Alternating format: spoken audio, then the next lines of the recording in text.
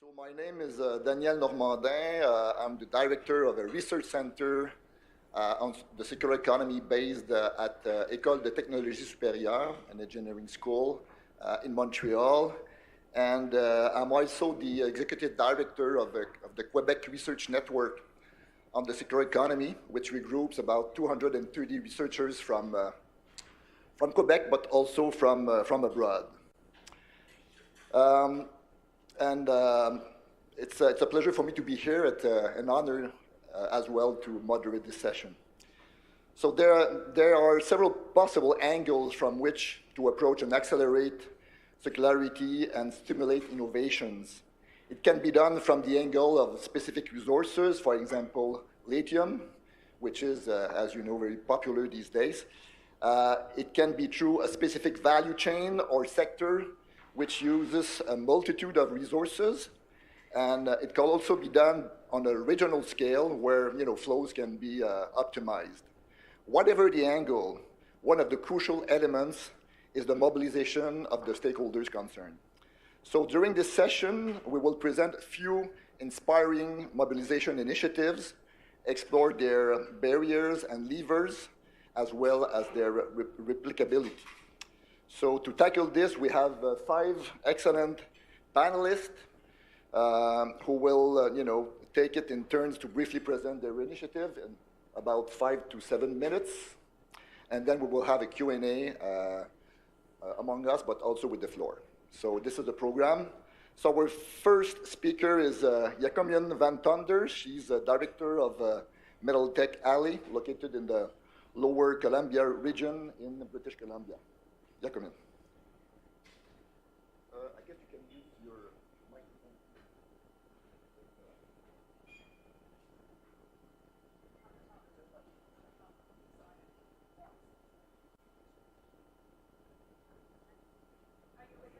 The clicker. Okay, sorry. Thank you. Hi, everybody. My name is Jacomien van Tonder. I'm the director of Metal Tech Alley. Metal Tech Alley is supporting businesses and professionals to become circular economy leaders in supply chains and bringing the benefits of circular economy to our region. Where is Metal Tech Alley? I get that all the time. We're right in the middle between Calgary and Vancouver, so either way is good for me. We're very close to the US border, which is very important in the business decisions where we are. And I can say that our closest Costco is actually in the US, not in Canada. From a circular economy perspective, we have a very unique ecosystem. It starts with a linear economy with mining and manufacturing that ends up in a circular economy with recycling of those products and putting it back in a smelter. A great example is lead. Lead is the most recycled product in the world, and 99% of a lead car battery gets recycled, and we do it in trail. We have Tech Metals trail operations in our community, one of the world's largest fully integrated zinc and lead smelting and refining complexes. We have 2 recycling facilities called KC Recycling and Serba Solutions. They recycle car batteries, lithium, as well as primary lithium batteries.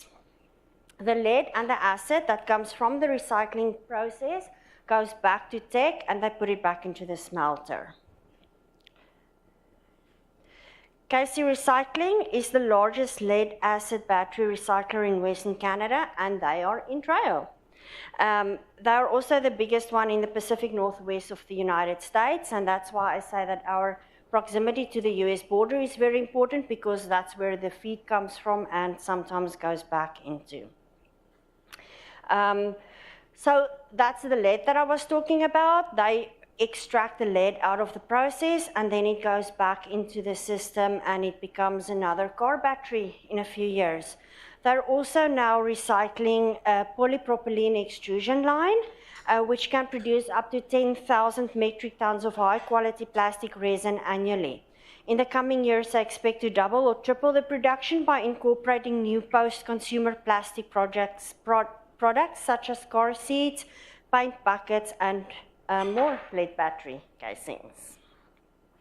So that's, you see that one with the pink card at, you can probably see that I like pink, so that one is me. And we're actually, those are the plastic, that was a car battery case before it became those plastic casings. Serba Solutions, they are recycling lithium, primary lithium batteries. So what they do at the site in Trail is they do the disassembly, the collection, advanced sorting, lithium metal processing, lithium primary processing, and lithium ion processing. They've been in Trail since 1993. The first lithium ion battery, get this, has been processed in 1996. Who knew that lithium batteries has been around that long? And the first EV battery process that was recycled in Trail was 2004. So this has been going on for a long time. So far, they've processed over 8.6 million kilograms of lithium-ion batteries in Trail. They do receive all kinds of batteries from the BC Battery Stewardship Program, which they then take to where it needs to go to be recycled. Another interesting industrial circular economy story is, there's lots of batteries there being recycled, is Phoenix Advanced Materials. So they will take byproducts from tech, which is actually for them a waste product. They will further refine it and use it wherever it's applicable. So I'm talking about stuff like cadmium, indium, tin, antimony, tellurium. That type of thing is what they use. They further refine it, it goes into semiconductors, chips, and that. So it's not a waste anymore, suddenly it's useful. They are looking at a new project and where they will take some anodes and cathodes from tech and add some, and this is very technical. You cannot ask me questions about that afterwards because I will not be able to answer them, but I can tell you what I know. So there's anodes and there's cathodes from tech. There's tellurium that gets added to this, which will then eventually, hopefully with the help of UBCO, be a new EV battery. We also have a black crystal project, Eagle Graphite, one of the critical minerals on the federal government's critical minerals list. And they also have a new project, which you can also not ask me afterwards, but they want to use a powdered silicon, which they add with the graphite to develop a new EV battery, and they're also working with the very, very intelligent people at UBCO to do that. So what's next for Metal Tech Alley is we've looked at this circular economy and we've looked at batteries, and we realized we can make a battery circular economy in Trail. We are in the middle of a feasibility study, which was funded by the province of BC, thank you. And hopefully by the end of the year, we will know exactly what we need and what we have the capacity to do to set up Metal Tech Alley and the Trail region as the battery hub for Western Canada. So if any one of you has got lots of money that you don't know what to do with, and you want to be in the Western Canada, or you are in the west of Canada, you can speak to me. I'll know exactly what to do with your money. Thank you for listening to me today, and I will hand it over to Darren. Thank you, Jacomien. So our next speaker is David Messer. David is the Executive Director of the Guelph Smart Cities Office in Guelph, Ontario, and his topic will be about Guelph Wellington Circular Economy Living Lab. Perfect. David? Thank you so much, Daniel, and thanks so much to everyone for coming. And it's great to see so many friendly, familiar faces here today. It feels like summer camp. If we haven't met before, my name is Dave Messer. I'm the Exec Director of the City of Guelph Smart Cities Office. Since about 2020, Guelph and Wellington County have been working on a circular economy project focused on building a regional circular food economy. And this started with a federal grant from the Smart Cities Challenge that really kicked all of this off, and full credit to Barb Schwarzentruber, who's over there, who's really the visionary behind so much of this work that we've been doing in Guelph. But this project really started with 3 core goals. Increasing access to affordable, nutritious food by 50%, creating 50 new circular businesses, and then increasing the economic value by unlocking the value of waste. So we started looking at it like this with about sort of 12 projects identified. As of last year, it looked something like this. And where we're at now, there's about 80 different projects that we can point to coming out of this, working with over 300 businesses. And so it's kind of grown and scaled in a whole range of different ways in the past few years. And the reason for that is because this is really a whole of community project. Being in the Smart Cities office, we're fortunate to be in that hub where, you know, we have a nice big pot of money from the federal government to distribute, but so much of the ideas, the inspiration, the insights for this project come from all of our community collaborators. We're working with all of the different innovation centers in our region. We're working with 37 different food relief organizations, academics at the University of Guelph, NGOs from across the country. So this really is, you know, not just us by any means. It's this whole group that's coming together with ideas, sharing ideas together, and then really using that and some resources from the feds to come up with new solutions. So I want to tell you about a few things that we're doing and give you a couple examples of projects that I think are exciting. But first, I want to go back to sort of where we started a little bit. And we first had to start by understanding what is our food environment. The back of this slide is actually from an AI system we developed with a company called Eagle Vision and piloted. It didn't end up happening because that company got acquired, but it really speaks to sort of what cities control now. So if you think of what cities do in the food system, it's really kind of just solid waste, and it's just on the residential side. So, you know, we worked to develop some innovative solutions there, including this AI to actually get real-time data on what the waste coming out of households looks like, but there's a whole lot more to the food system than just that, obviously. So we worked with the great people at Dillon and Metabolic, and in 2020 and 2021 completed this Sankey diagram of our regional food system. And I think most people have seen these at various times today already, so I probably don't need to explain that. You kind of go left to right, and that shows down the supply chain, and that box kind of represents downstream where some of that food can actually be eaten. So a few things just to point out. Obviously, you know, in terms of volume, most of what we have that's produced in Wellington County are around those fruits and vegetables. And you can see huge amount of waste as you go down that stream. So if you started with 24 potatoes at the top, by the time you get to that downstream box, you only have about 12 potatoes left. Half that's been lost in the supply chain. But then when you get beyond that, we know households typically waste about 1/3 of what they buy. So really only about 8 potatoes of those 24 actually get eaten. So when we're thinking about waste downstream, if you look at number 2, you can see about 2/3 of the waste from households ends up going to compost, which is not great, but it's not the worst option. However, if you look at hotels, restaurants, and institutes and sort of the retail, you can see all of that business food waste goes straight to landfill. So that's a systems gap right there that you can see from this.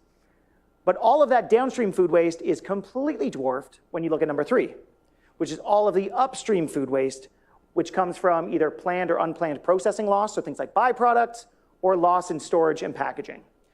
So using this data and then some other data sets that we developed in our community, we started to implement and see how we could intervene here. And a lot of these were sort of pilots focused at the systems level. From the very start, our whole project has been about creating scalable solutions that don't just make sense to us, but really the whole point of this federal funding was to create solutions that other communities can use and leverage and scale. So starting with number 2, back on that chart, looking at the business food waste. The reason businesses send all their food waste to landfill is because if they wanted to compost, they would have to basically independently negotiate that with a waste hauler and pay for that entirely separately. So working with the Circular Innovation Council, we stood up a pilot working with 53 different businesses across Guelph and Wellington County where they diverted organics from landfill to compost, just basically mimicking a municipal waste collection system. And not only did they divert that, they also worked to have food rescue built into that from the start. So not only did we divert 303 tons of organic waste, we're looking at 48,000 meals that have been recovered. I think Katie from CIC is around somewhere, who's really the driving force behind this amazing project. Part of that too is thinking about what are social enterprises that can actually capture some of this. So we worked to fund an organization called The Seed, which set up something called Upcycle Kitchen, another project called Community Food, that are actually taking food that would have gone to landfill, rescuing it, preserving it, turning it to useful uses in the community for food insecure populations, for instance. And I want to just think about organizations like this a bit, because a lot of times we think about organizations like this as charities, but really if you're talking about this, or you're talking about Habitat for Humanity Restore, or Goodwill, and all of these different social enterprises in our community that actually divert waste, we need to start thinking of them as part of our waste management solutions a lot more seriously than just sort of charities that do a nice thing and gets, yeah.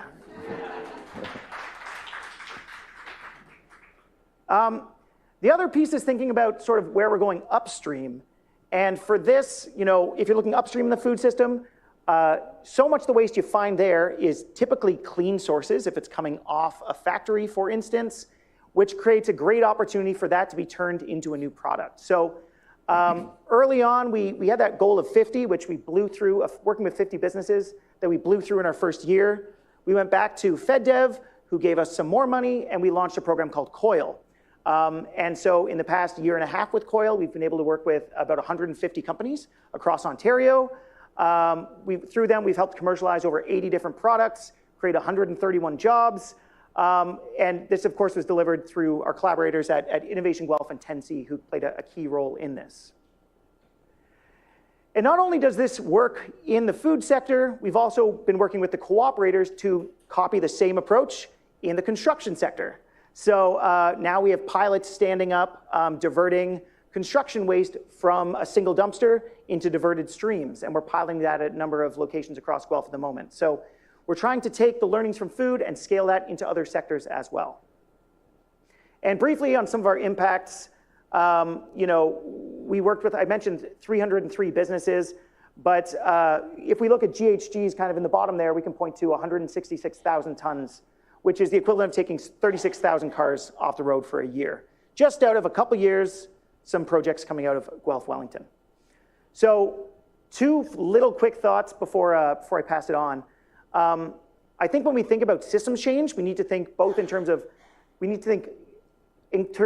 social, economic, and environmental change. All three of these things need to come together when we're working on this, because they all reinforce each other, and we'll lose something if we're missing parts of this.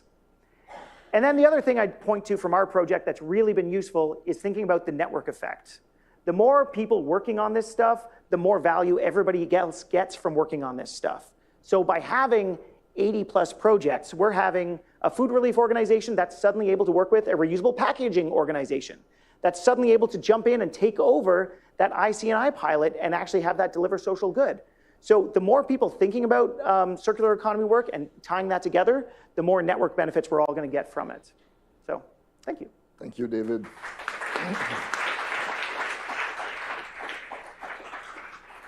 So our next speaker is Chantal Rossignol. Chantal is a member of the CERIEC team, and she will talk about the Ecosystem of Circular Economy Acceleration Lab in Montreal, in CERIEC. Chantal. Thank you, Daniel. So hi, my name is Chantal. I use the pronoun she. I coordinate CERIEC's network of living labs on the circular economy. As Daniel said, CERIEC was launched at l'École de Technologie Supérieure, an engineering school in Montreal, in September 2020. And shortly thereafter, in January 2021, my colleague Hortense and I joined CERIEC to work on this network of living labs, as well as its first lab on the construction sector. So it's a fairly new initiative, but we still have a couple of years under our belt to be able to share some insights and some of our learnings. So people often ask, what's one thing that's required for this transition to a circular economy? But in reality, when we're talking about a circular economy, we're talking about all economic activities. So it's not, you know, one technology, it's not one behavior, it's not one organization. So we need to break the silos between, you know, the different sectors, the different value chains, the different links between the value chains, different regions, and different disciplines. And this is part of the mindset behind the network of labs and its systemic approach. So each lab has a lifespan of 3 years. And the aim of the labs is to really accelerate the transition of key sectors of the Quebec economy to a circular economy. It's also to apply learnings from one lab to another, as well as create synergies between the different sectors and the different stakeholders. So as mentioned, the first lab was launched for the construction sector in 2021 with initial financing from Desjardins, and Desjardins also finances the overall framework of this network of labs. And I'm happy to announce for the first time publicly that we've just recently confirmed the financing for our next 2 labs, which will be on agri-food systems as well as textiles.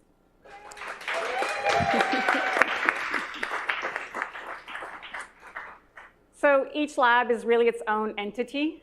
Each lab has its own management team, its own financial partners, its own steering committee, its own committee to evaluate research projects, and its own collaborators. And the collaborators in the lab are really a very key component. So to stay in the continuity of this systemic approach, stakeholders of a lab are really stakeholders from across the value chain, so from extraction of resources all the way to the end of life of product, and are also stakeholders that are from public, private, nonprofit, as well as academic organizations. And just to give you an idea, the construction sector, the lab for the construction sector has mobilized over 200 stakeholders of over 100 organizations. So just keep the variety of these stakeholders in mind as I move over to the next slide. So these are living labs. Living labs mean many things to many people. For these labs, there are 2 fundamental principles: co-creation and applied research. So as I said, the living labs have a lifespan of 3 years. The first year, so year 1, is mainly the co-creation phase, and years 2 and 3 are really to carry out these projects that come out of the co-creation phase. So during year 1, the varied stakeholders from the previous slide are mobilized over a series of 4 workshops, 4 co-creation workshops. The first one is we bring all the stakeholders together to say, okay, what's the vision of a circular sector in 20 to 30 years? So at this point, we're starting to have this really common language culture of what is a circular economy, a common language. Then we bring back the stakeholders together to say, well, what are the barriers to that vision? And then we bring the stakeholders back together and we say, well, what are the solutions that we need to put in place to lift those barriers? And here we're talking about solutions that could be, once again, they could be technology, legislative, or they can also be behavioral. Then we say, okay, well, what projects do we want to put in place to test these solutions in a concrete, real-life setting? And we're talking about research projects, so we're obviously documenting our methods as well as our results to be able to share them and share that new knowledge, transfer that knowledge across the sector in Quebec, but also beyond. And the reason why the stakeholders are represented here by dots that are of increasing in size and increasing in color intensity and are also kind of shown in an upward slant is just to show that with this iterative process, over time, each stakeholder gets a better understanding of what is the circular economy, what are circular economy strategies, and what is the context and what are their practices within their own value chain. So also increases the collective intelligence of the lab over time. And to say this in a really simple way is I think we're having conversations with stakeholders in the construction lab that we could not have had a year ago or 2 years ago. So a couple of success factors. One, being associated with credible partners and experts. Having money for projects, people want to go beyond discussions and recommendations. Having a co-creation approach that is structured and rigorous.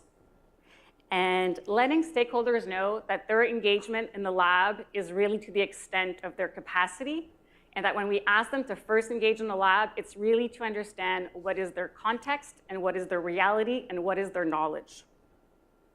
Also having facilitators that create a sense of neutrality as well as a safe space for open dialogue. And one challenge is that this, co-creation isn't always in line with funding programs as they are today. As I said, we are really happy to announce that we've, recently confirmed the financing for our next 2 labs. Thank you.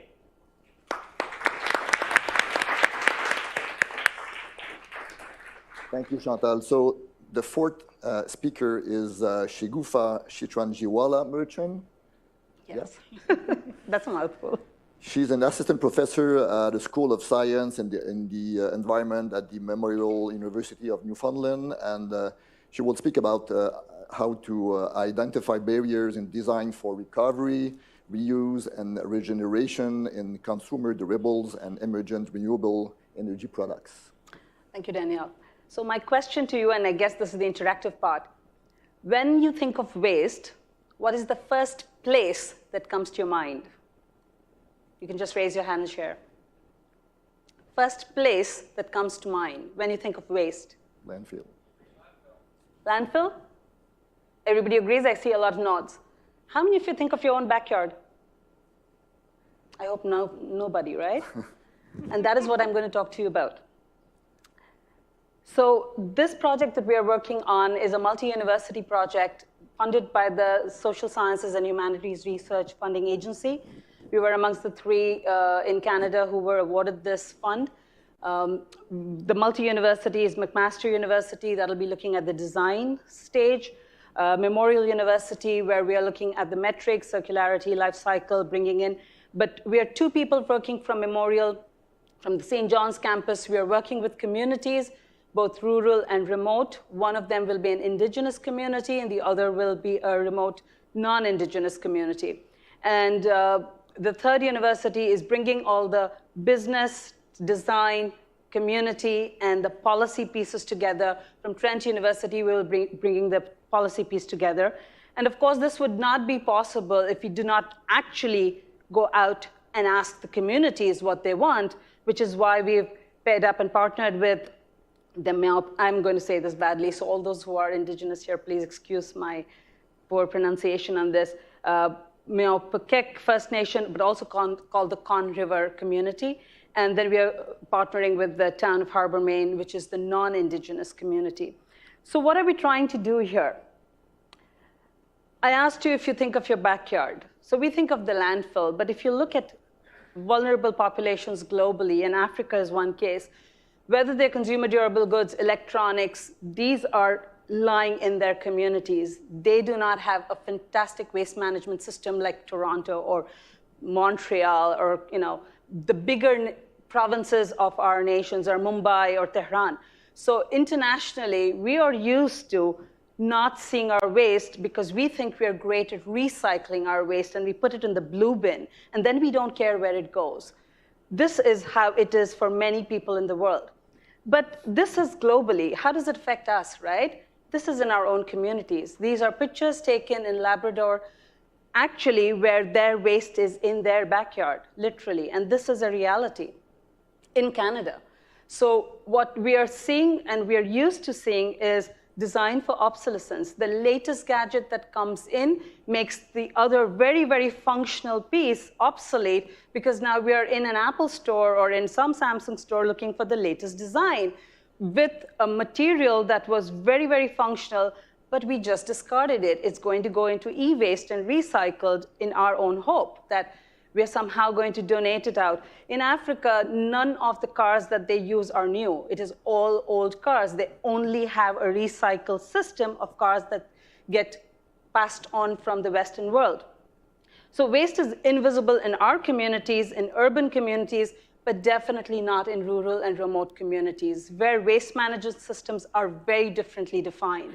And I think that is something that I would like all of us here to think about when we think of waste in the bigger, broader systems sense, that systems doesn't apply only to smaller provinces where we know what we're going to do with the waste because there are tons of it. What happens when it is in these communities?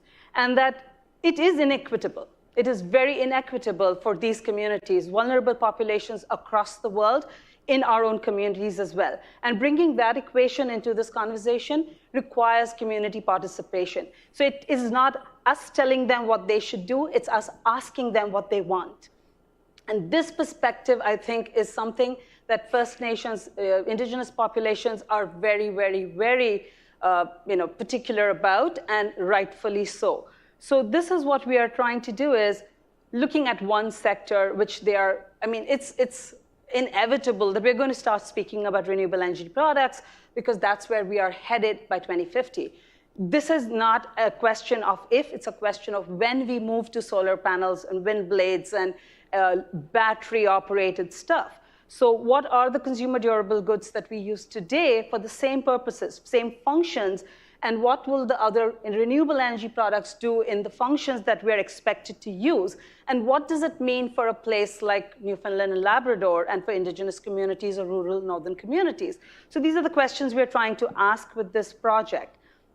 So what are consumer durable goods? What are the learnings that we have failed from here, so we don't translate them into the renewable energy emergent technologies that are coming in? And so what can we do in terms of having a systems-based design that considers not only reuse, regeneration, recycle, and all of that, and not only carbon emissions or carbon dioxide emissions that are global warming, but from a life cycle perspective, things that also mean groundwater leaching, toxicity. What are the other life cycle impacts that we seem to neglect when we think of only CO2 emissions? We are in an emergency, not even an emergency, we are living the climate change crisis now.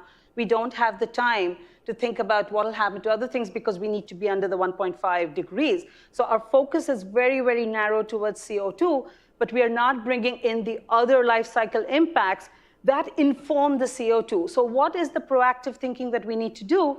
That is what we're trying to bring into this with the examples of consumer durable goods, which are pervasive, and then talk about what it would mean for electronic waste, battery waste, or other emergent renewable energy products. So here's a little breakdown of what consumer durable goods look like. So this is data from 2018 that we've said. You can see for all durable goods management, we have only around 11% that really gets recycled, and around 9 to 10% that actually gets incinerated for energy. The rest is all landfilled. So we are really looking at a massive failure on our part to make products that have anything that is recyclable or something that doesn't go to the landfill. So our worst case scenario is this, and we don't want that to be replicated. So what are we going to do to change that? And then this is the miscellaneous durables waste management, which you can see miscellaneous durables is electronics, televisions, computers, sporting goods. Now, this is great for us, but what happens when you think about rural and northern communities? We might say solar panels are great for you, but they might come around, we don't need solar panels, we need heaters actually. We live in very, very northern cold temperatures. Why are you selling us solar panels? So who's asking them, what should we do in 2050 when we will move to the renewable energy products design? And we will say, here's a great solar panel, it works, this is the function, this is the price, and they go like, yeah, and now what do I do with this? Because I really need a heater. So going to them and seeing what durable goods that they really need is the first question we should be asking that. And as you can see over here, and I will just speak about this, if you think of the durables waste, we're looking at just 1.5% that is recycled and 3% that is actually incinerated, and the rest is all in landfills even today. Now, renewable energy products then is what we're looking at. And if you think about solar panels, and these have metals, and a lot of you here are very familiar with these things, lead and cadmium, and they will eventually have, from the life cycle perspective, leaching impacts. Yes, you might recycle them, but what happens to the others that do not get recycled, sit in the backyard, then that is a toxic impact that we have to consider. Recycling of just 9% is not the goal. So if you're looking at this is 2016 that we were looking at 250,000 that would be in use. And by 2019, we're looking at around 4 million that are installed. And that is going to be another 30 years. And even what was installed in 2009, we're looking at waste that is going to be a massive amount of solar panel waste that we have no plan for, even today. And then if you're looking at wind blade waste, even today, and wind blades get obsolete in 20 years with the current technologies. But the installations that we're doing are going to surpass that. And then we have actually currently no economically viable or scalable technologies that can break this epoxy resin down. And the rest is actually being dumped in a landfill or buried in the ground. That has its own impacts and changing the balance of our planet and our Earth. So I think we really need to think about more than just global warming. When we think about these transition to this, which one needs to be economically viable, second needs to be a just transition, particularly one size does not fit all transition. So what are we trying to do about this and why are we passionate about this? First, clearly we need to do something right at the start of the chain, not at end of life. End of life is a retroactive prospect. We need to start thinking from the design perspective. Modular designs with paywall patenting, yes, it's great, but it has to be across the system where then there is inbuilt from design to use to other things and then end of life and bringing it back into a circular system. So that is innovation opportunity across the entire life cycle rather than end of life carbon emissions only. We are looking at unintended consequences which we may not be considering when we think of renewable energy products. And that is something we really need to start thinking about and avoid right at this stage where we are emerging into the technologies rather than let's fix this and do a Band-Aid solution afterwards, which is how we've been functioning while we are in this emergent climate energy crisis. And, sorry, leveraging knowledge. Now, this is a very, very important part that what are the mistakes we have made and how can we not repeat them? And transferring that learning into these products is what we really need to do. And knowing that waste management is inequitable, we need to bring in traditional ecological knowledge. We are not doing this for the first time. Our ancestors have done this and done it very well. We've created systems that have now gone global with transport across the world. This is going to stay. Nothing's going to change. So we need to innovate even in that systemic thinking about processes, not just products.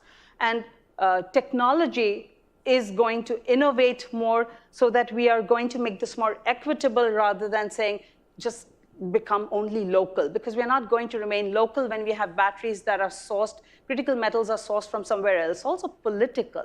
So it's not just local, it is political and it is inequitable, and we need to think about those things right now when we develop the framework. And then, of course, we have a framework for the Sustainable Development Goals. And yes, there's innovation. Yes, there's sustainable cities and communities. But this has to be done in such a way that there are reduced inequalities, there is gender parity, and of course that this all impacts Sustainable Development Goal 12. It's not only, and I was speaking to somebody today, it's not, I forget, I think it was Rosemary Cooper, that it is not about just consumption, it's also about production. So the cycle on consumption and production and producer responsibility, all of this is not just the consumer's responsibility. So bringing it all together in a very, very integrated, collaborative, knowledge-based framework where communities are informed, not one-way street, but asked and included, and that is what we really need to do. So what are we trying to do here? We're going to reach out to make an integrated, inclusive, circular framework for renewable energy product design. I'm sorry about that.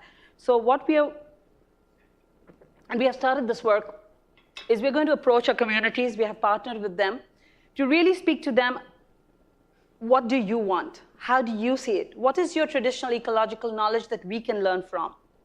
What's the two-eyed way of seeing? How can we improve this? What is it that you really wish to see?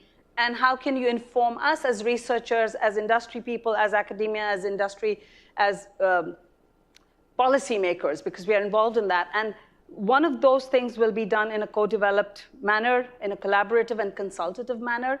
And then from that, we're going to then go speak to our design professionals that what can we change right at the design stage? How can we not make the mistakes that we have made for consumer durable goods and change that in a very, very proactive manner so that we can inform design and therefore inform business models.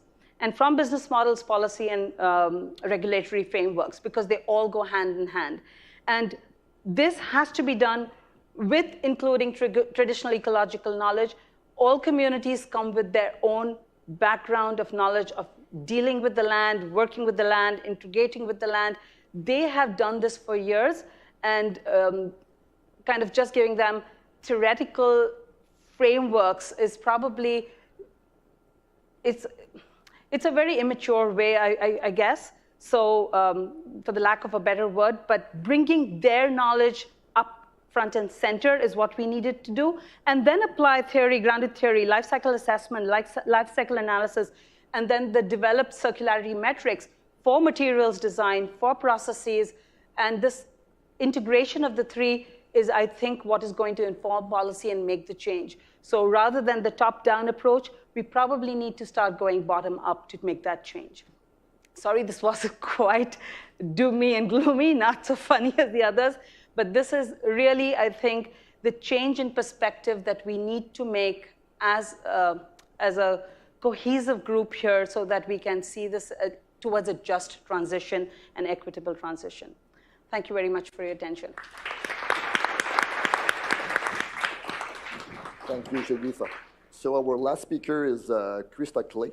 Christa is Manager, Economic Transformation, Circular Economy at the Vancouver Economic Commission, and she will talk about how to scale circular innovation in Vancouver. Christa. Thank you. Might just hold this a little lower. Is that good for everybody? Great.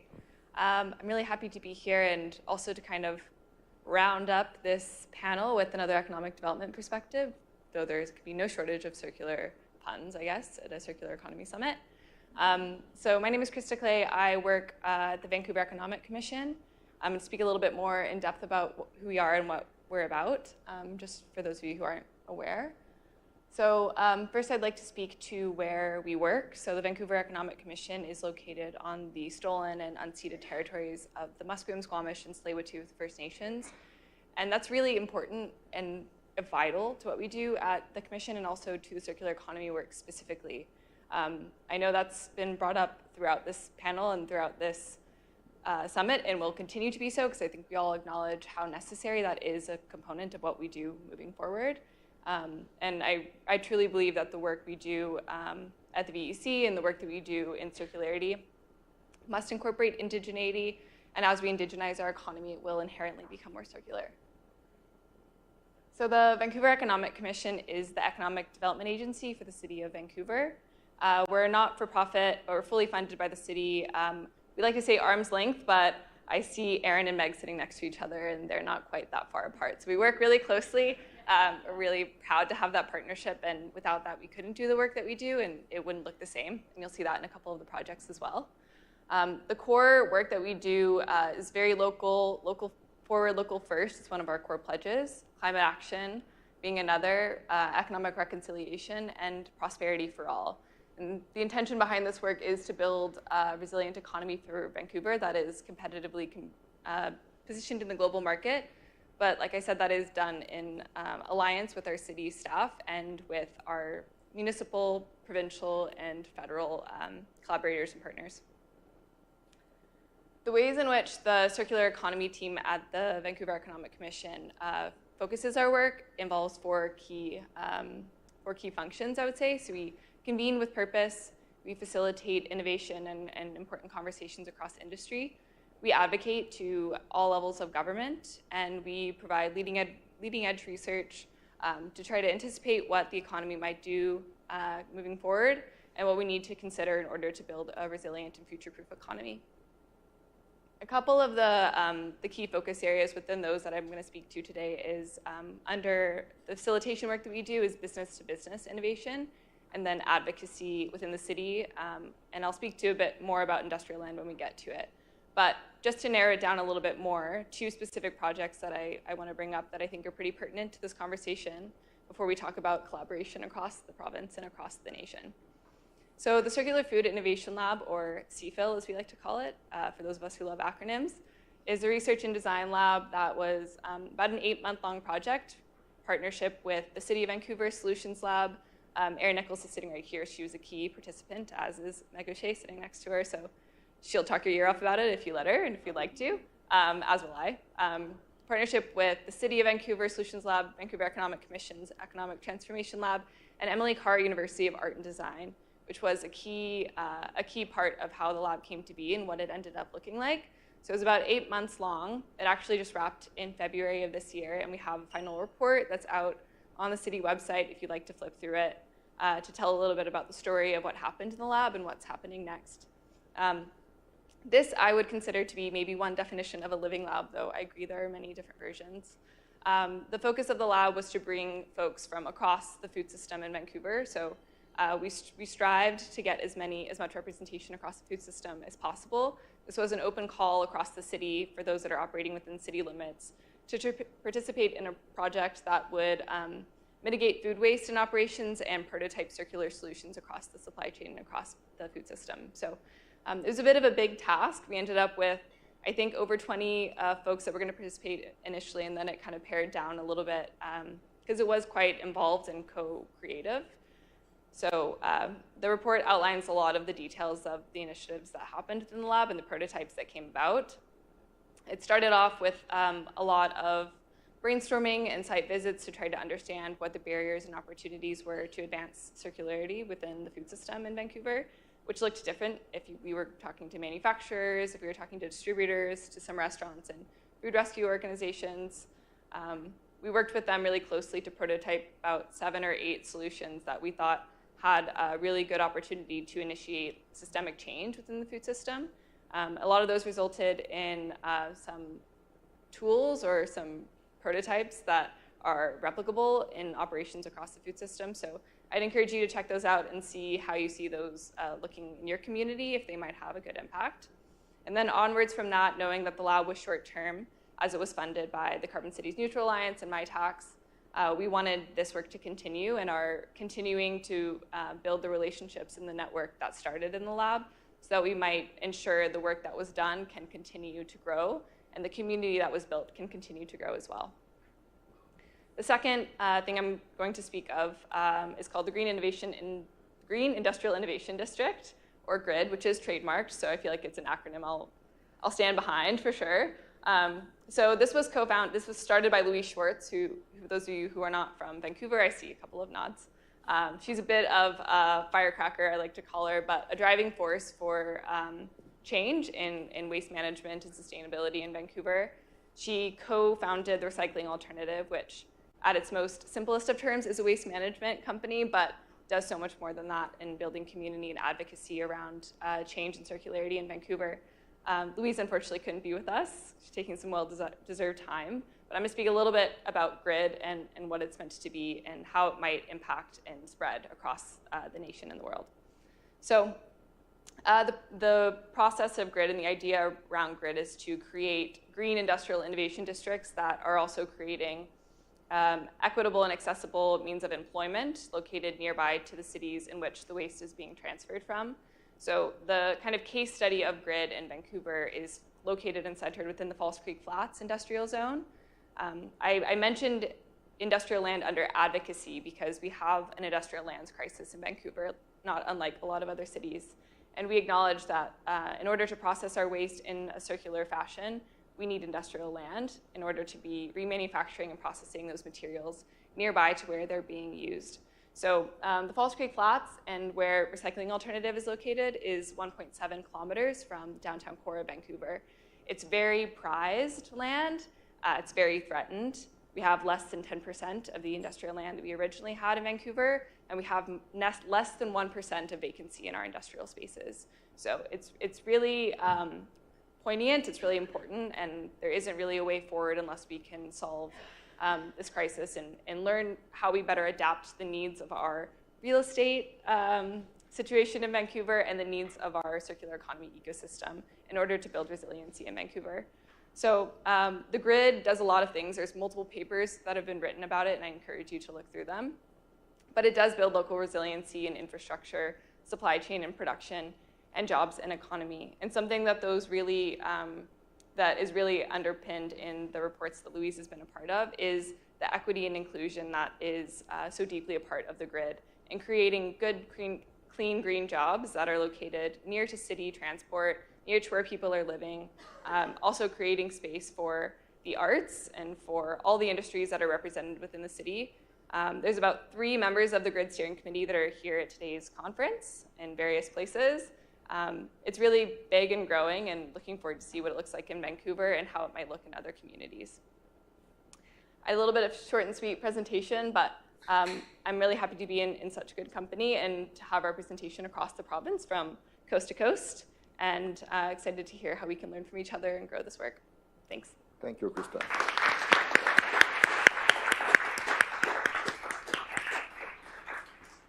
So we're going to start this Q&A session. So first question, what was your process to develop and implement your initiative? Does it start with a vision? Does it start with a mapping of stakeholders? Who got the first spark to to start your initiatives? We started with a foreign direct investment strategy plan to see from an economic development perspective. That's how we did that, to see what makes us special, what makes us stand out, what do we have, what's unique to the area, and that's how we figured that out. Okay. And what was the next step? So mapping, all the Yeah, so we started mapping that, and then we started a marketing strategy in 2017 with funding from the province called Medaltech Alley, and it's been very successful, and we're building on that. So first we just marketed Medaltech Alley, then we started with circular economy initiatives, and from the circular economy initiatives, the battery hub was born. Mm-hmm. Thank you. David? So Guelph had been doing things on the circular economy for quite a while, but I think the impetus for this particular project was the Federal Smart Cities Challenge. Okay. And that was a fantastic Infrastructure Canada program, and it really kind of guided how this was developed, because it said it was looking for a huge range of community stakeholders, from not-for-profits and business and academics and all the rest. So it was really a couple-year process of trying to say, hey, as a community, we want to apply for this thing. What should we apply for? And food, I think, rose to the top easy because of Guelph, and there's a lot of that stuff there. And then it was, I think, kind of through the community, the concept of circular economy came out, and these whole of community goals came out, and so it was really co-created from the very start. Okay. Yeah. And what about the construction sector? I mean, was it decided altogether that this sector will be prioritized, or? No, that was actually, it's kind of the opposite, that we were talking to the cooperators after we had done a lot of work in the food system. Yep. We were well on our way with 60-something projects, and they said, hey, could you do the same thing for construction? Okay. Because they're having significant challenges there, and so it was kind of looking at our model, evaluating how it came together and what was successful, and then just sort of plopping it over. So we did the same sort of research studies, we launched the same sort of innovation, and just kind of trying to build a machine that can be replicable, not only in other places in the country, but in other sectors. Okay. Chantal? Is it on? Yeah. I know the answer, but... Yeah, Danielle knows the answer. So, I mean, the sectors come... So the first lab that was launched, it was for the construction sector. It came because we had financing from Desjardins, and that was identified as a sector of interest. It's a great coincidence that it's also a sector that uses a lot of resources, and it's a really, important economic vector with lots of employment, et cetera. And then the other sectors, we worked really hard for one sector, which was, single-use plastics in the health sector. We put that aside because we had a lot of interest. We mobilized a lot of stakeholders, but weren't able to, kind of concretize, get the financing. Yeah. And so we put it aside. I mean, it's not dead, it's still there. I hope to reactivate it soon, but we put it aside to be able to look at other labs. And then, textiles kind of came from a great opportunity. We hadn't put much effort into it. And then the other one was really agro-foods, where we, that was another sector that we had identified, and, really mobilized a lot of actors, spoke to a lot of people, and then the financing came through. And I have to say that at the network level of these labs, we have a steering committee, and we had identified at the onset, priority sectors, which were agri-food, textiles, and plastics. Construction had already been launched, so it didn't appear. So it's kind of all of this together. But the reality is that these labs need financing. So we go with the opportunities, and I don't know if it's good or not, but I mean right now, all sectors, need a hand in their acceleration to a circular economy. So basically, likely if you take a sector, it could use a bit of help. And I think another one that we're really looking at and really putting a lot of effort is critical minerals and metals.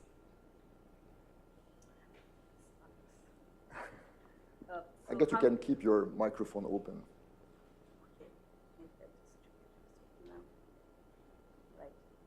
So how many of you have heard of the Shark Tank?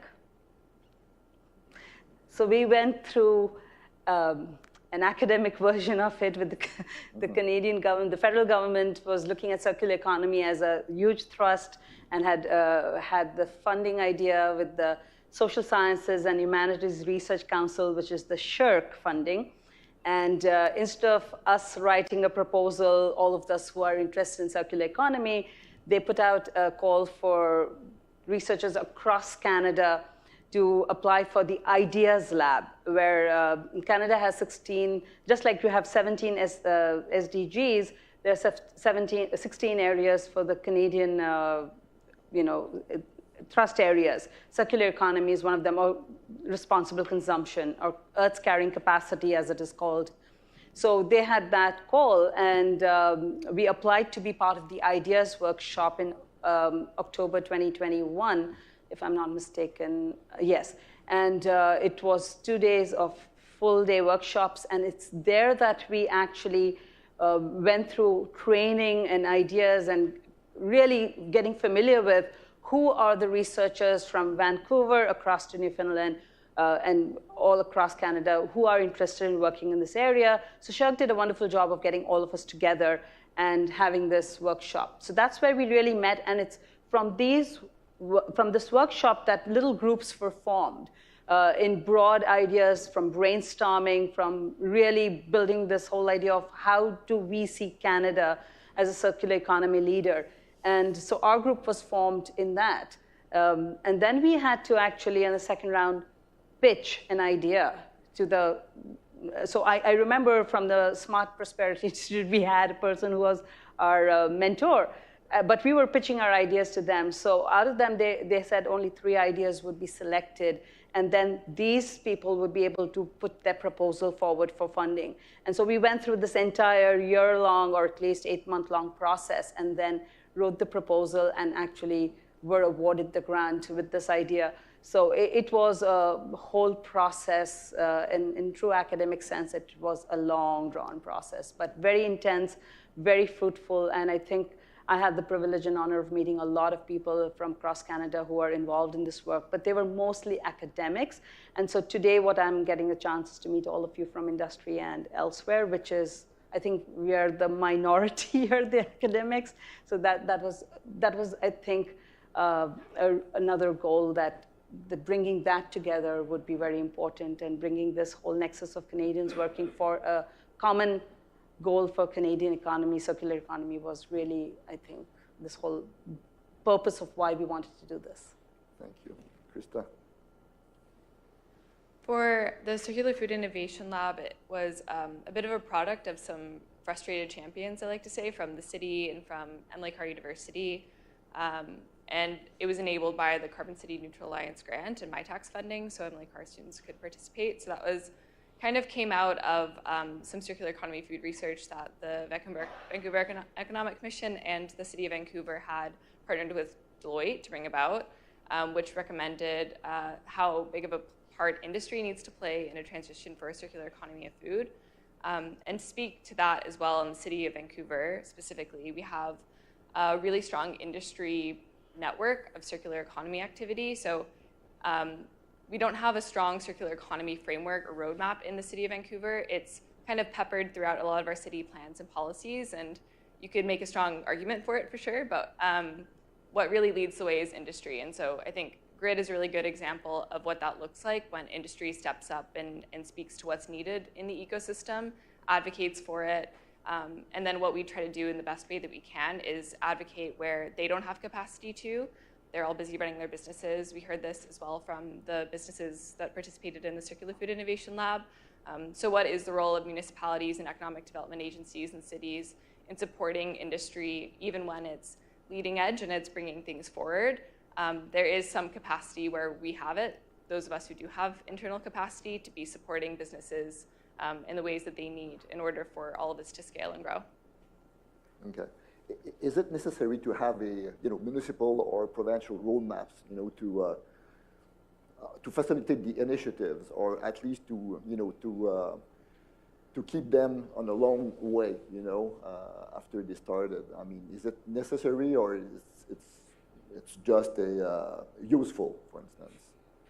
I mean, we don't have one, and we're doing a lot. So I don't think it's necessary. I think there's a lot to be gained from having a roadmap. I think we would love to have a material flows analysis and a bit more maybe consensus, especially across Metro Vancouver. I think one thing we struggle with, being a municipality within a region that is of 23 municipalities, our waste streams flow all around the place. And so we need regional leadership to also acknowledge what the best way forward is. So that's something we're constantly kind of trying to figure out what the best, I guess, tiers of direction are, federally, provincially, regionally, and then municipally. I think, like I said before, I think there's so much that can be done otherwise, but if there was a strong direction that was agreed upon Metro Vancouver, that would make a really large impact on what we were able to do. But would it be more, I would say, efficient to have common goals in terms of circular economy? Absolutely. I think so. I mean, through a roadmap, or something more official than just several initiatives all together without any common ground, I would say. Yeah, I think a roadmap has a lot of positive function. I think it would be a really great tool. I also know how much good work is happening already everywhere, and if we could, I mean, me and David talk a lot about what it looks like to have a COIL in Vancouver. So like if we can just try to not copy paste, but take models that are successful in other regions and implement them where we are, then it's not the same as having a roadmap that's place-based to Vancouver, but it's taking out a lot of the time it would take to build a roadmap if you're able just to implement action that's already been successful. Mm-hmm. Other point of view? We are 7 smaller communities that are actually working together. We are funded by our municipalities, so they follow our lead as the economic development driver for the region on circular economy. We do have buy-in for our projects from the province. They've been funding us since 2017, and the projects that we're working on now, we feel is going to benefit the whole Lower Columbia, the West Kootenay, the East Kootenay, BC, and at the end of the day, Canada. So our objective now is to get some federal support for the work that we're doing. Okay, thank you. David? I'd say that just in terms of the roadmap, there's so much experimentation and innovation that's needed before we can actually get to real circular systems. We need a lot of people trying a lot of things and a lot of things that aren't going to work. And so, I think roadmaps are useful, and we've certainly had targets of where we want to go generally. We've had data, which I'll say data is more of a compass than a map. You still need creativity, you still need experimentation to try and carve out some space to figure things out, and maybe some of it works. But down the road, we can get there. But I think there's a lot of conversation often about roadmaps, like we're going to get this data and it'll be the solution, it'll be all done. But I think there's so much messy work that has to still happen to get those insights to really make a roadmap robust and actionable moving forward. Thank you. Yeah, I'd say really quickly, I think, roadmaps can be useful, but it depends, what is that roadmap, based on? What data is it based on? How is it integrated with, other roadmaps, et cetera? And I think one thing that's really important is if you're going to have a roadmap, it's really to make sure that it's, integrated into all, departments, services, et cetera. And it's not something that's on the side, but it's really, integrated on a transversal level where, all economic development or all, projects or funding, et cetera, integrates, these elements of the roadmap. It's not just the roadmap, for the circular economy people, but it's a circular economy roadmap for, whatever region, and then to scale it, whether you're going from a city to a province and then to the country and then, globally eventually one day. What have been the key challenges or barriers of your initiative? We heard about financing from Chantal, but is there other barriers, main barriers? I can attest to that.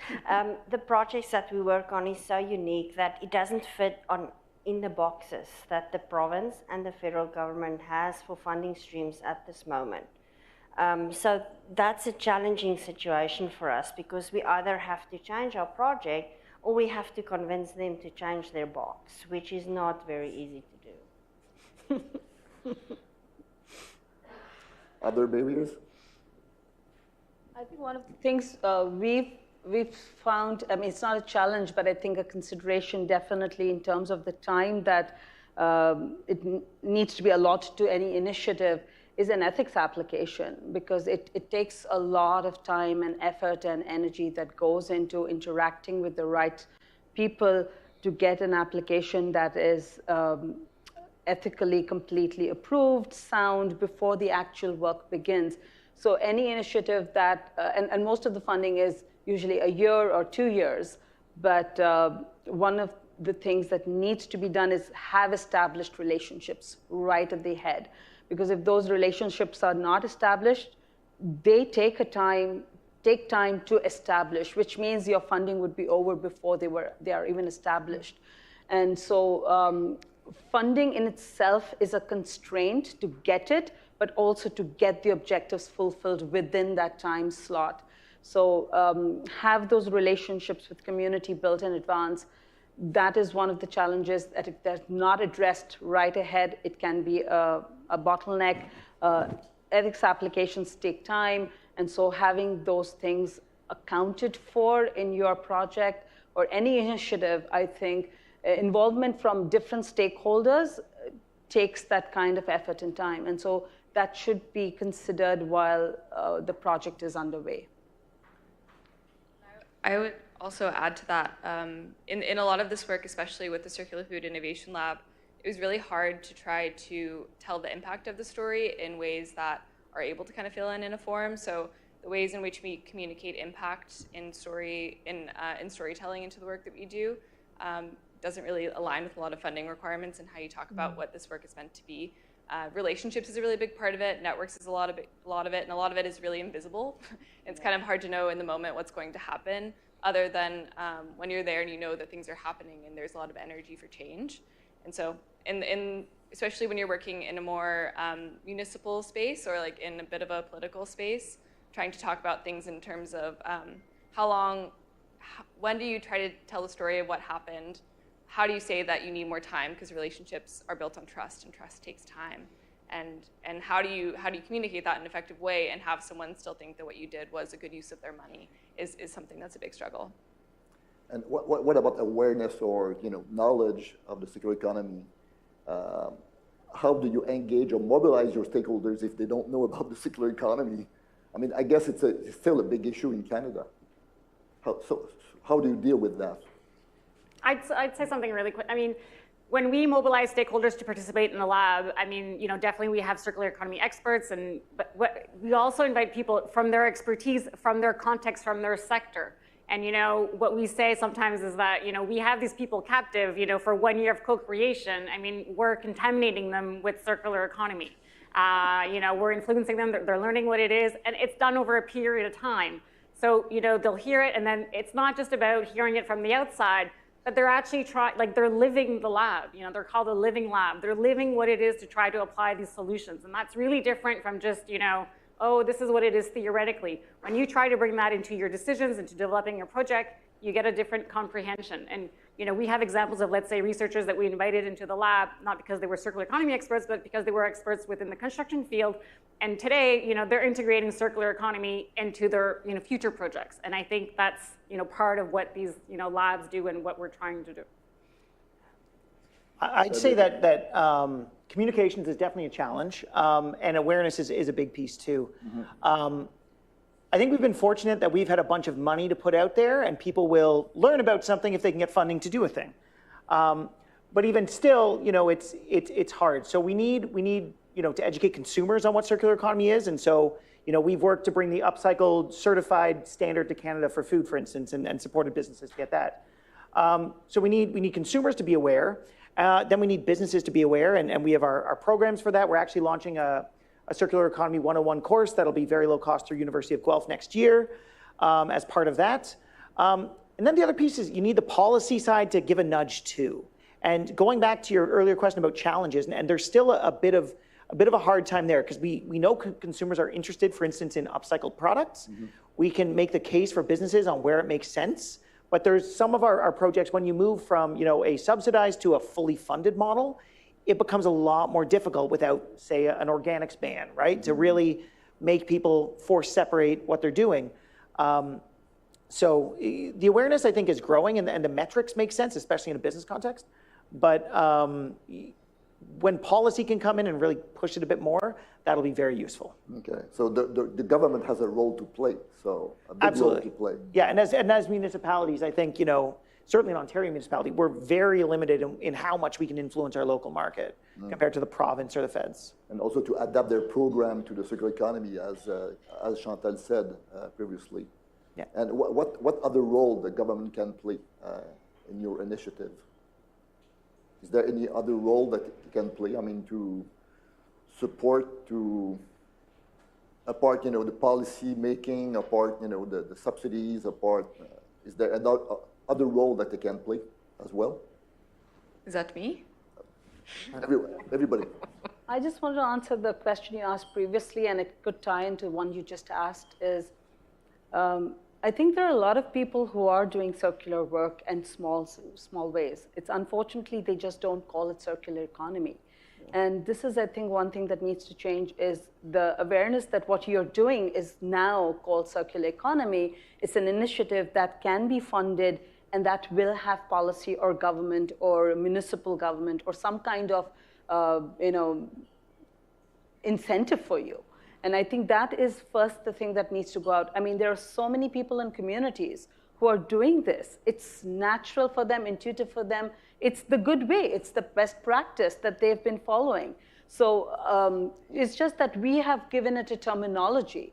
And I don't mean this only in Canada or in the Western world. I mean this is happening in the Asian world, in other parts of the world in a much bigger way. They don't use the same terms we do. And so creating that awareness that this is the work that we are calling circular economy, focusing on what the action is rather than the terminology, I think will change the game in a lot of its awareness and its uptake, its buy-in, its funding, what the governments can do to help and support. And I think that is what needs to go out more broadly. I can add to that. We were looking at a circular economy course at the Selkirk Technology Access Center, and it's based on the model that Rosemary Cooper is doing at BCIT, but we're going to make it industry focused in our region because we are doing industrial circular economy, where we take that learnings from the businesses there already, the industry there, bring it to the students and get them to learn about circular economy and then take it further from there. Okay, thank you.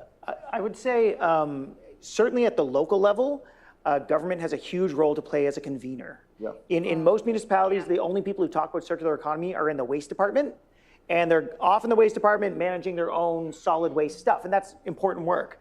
I think what we're doing that's a little different is that we have our own office that's basically external facing, working with NGOs and private businesses and innovators and all these different people who are all doing circular economy, and we're all tying that together and helping them work together and finding ways to turn 1 + 1 into 11, just like what you're saying. So I think in a lot of communities, there's a lot of people doing things on circular economy, but it's not knitted together because municipal governments aren't investing in someone to knit this together a little bit more.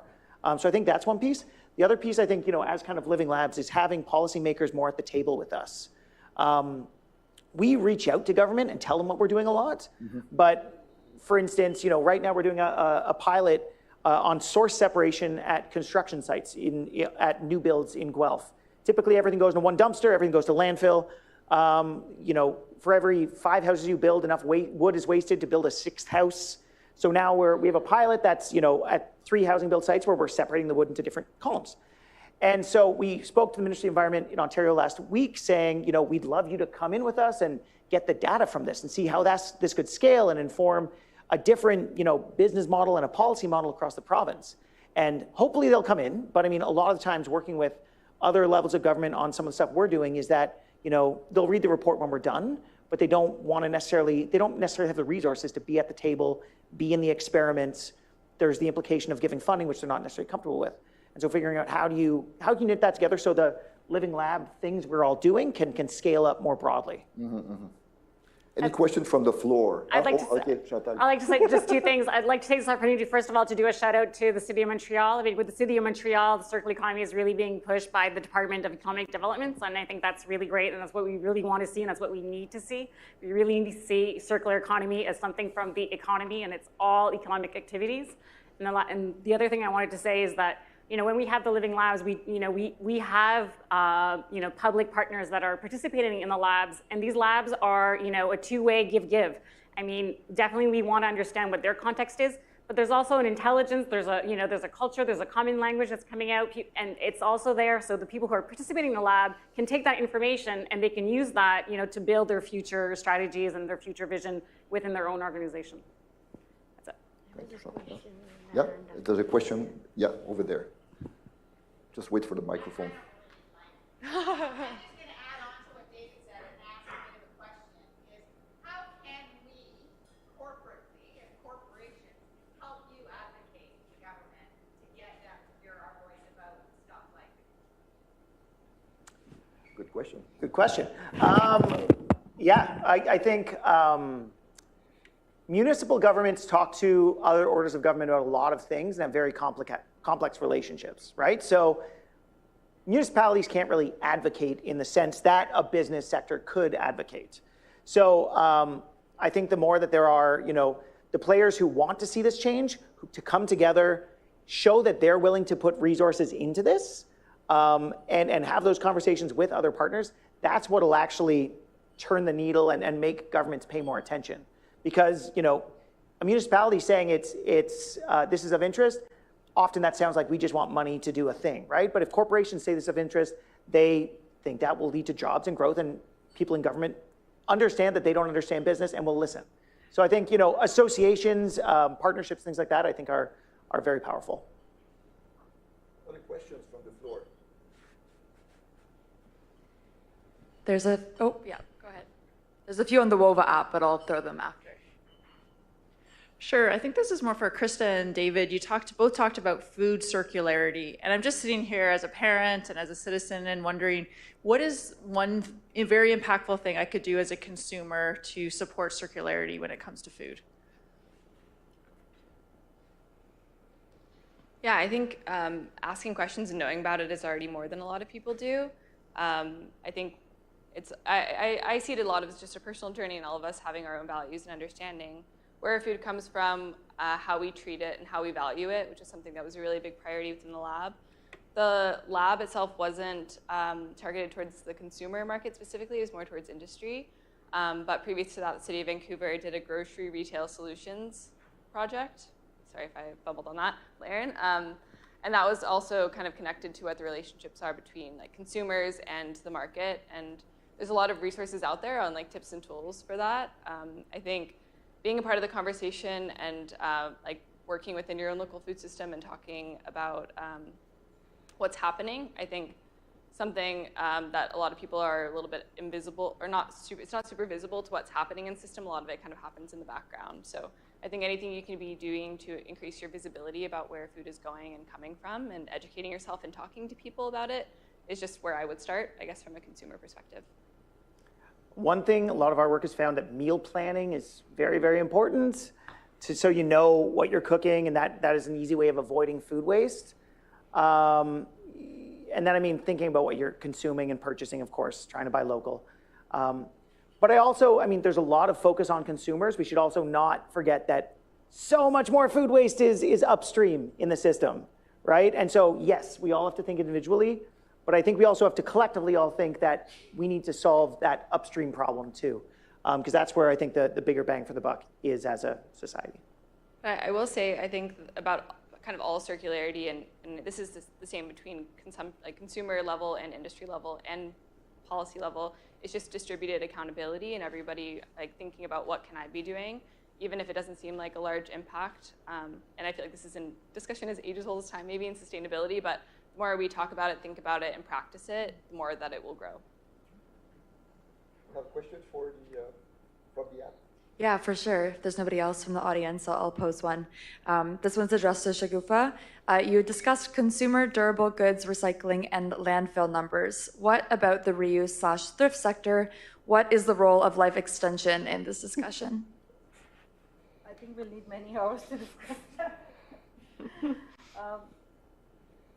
I think the land use is definitely a problem. The amount that we put in the landfill, it is real estate that we are blocking. Clearly that needs to be solved. And recycling,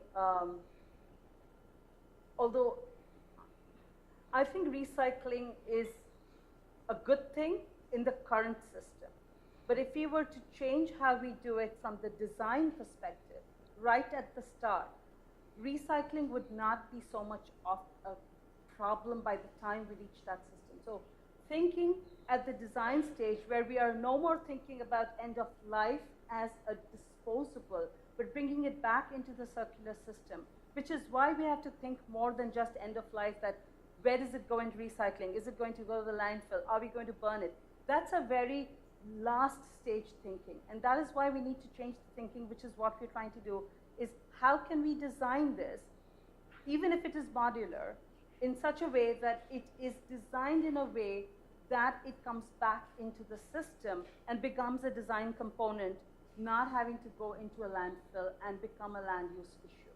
So I think really, whether it is textiles, whether it's consumer durable goods, whether they're tires, and Cal Tire here is working on that. So the innovation really has to be more about how can we do this proactively in a very methodical manner that doesn't let us go to that Band-Aid and now we have land blocked for this waste. I think that's really how we need to start thinking about it and bring the systems perspective on that. And Shigufa, selling the use instead of the product themselves, is it the best way to avoid waste at the end of the cycle? Sorry? I mean, the economy of functionality. I mean, selling the usage instead of the products. I mean, is there a way to avoid garbage at the end of the cycle? I think we will always have to keep the function and the price in mind. Innovation cannot do away with function and price. So you can have a great bio-based product and bioplastic. If it cannot do what is comparable in the market today or has the function, it needs to do what the function is. So the functional unit is very, very important. And the price will, of course, be important. It's the economies of scale that will change the price, 100%. But I think we need to keep those in mind when we innovate. So it is not an either-or situation. It is the situation with all those things in mind. I can add to that. If you look at electric vehicle batteries, each car manufacturer has got their own proprietary information about how they put that battery together, and they do not want to share. And I was at Serba Solutions the other day, and they opened a crate with one EV battery. They're huge. And they did not know, they know the address where it comes from. They know the company where it comes from. They do not know the composition of the battery. They don't know out of which car it comes from. So that really makes the recycling process of that much more difficult, because they have to figure that out first before they can put it in the crusher and guess what's going to come out at the end of the day.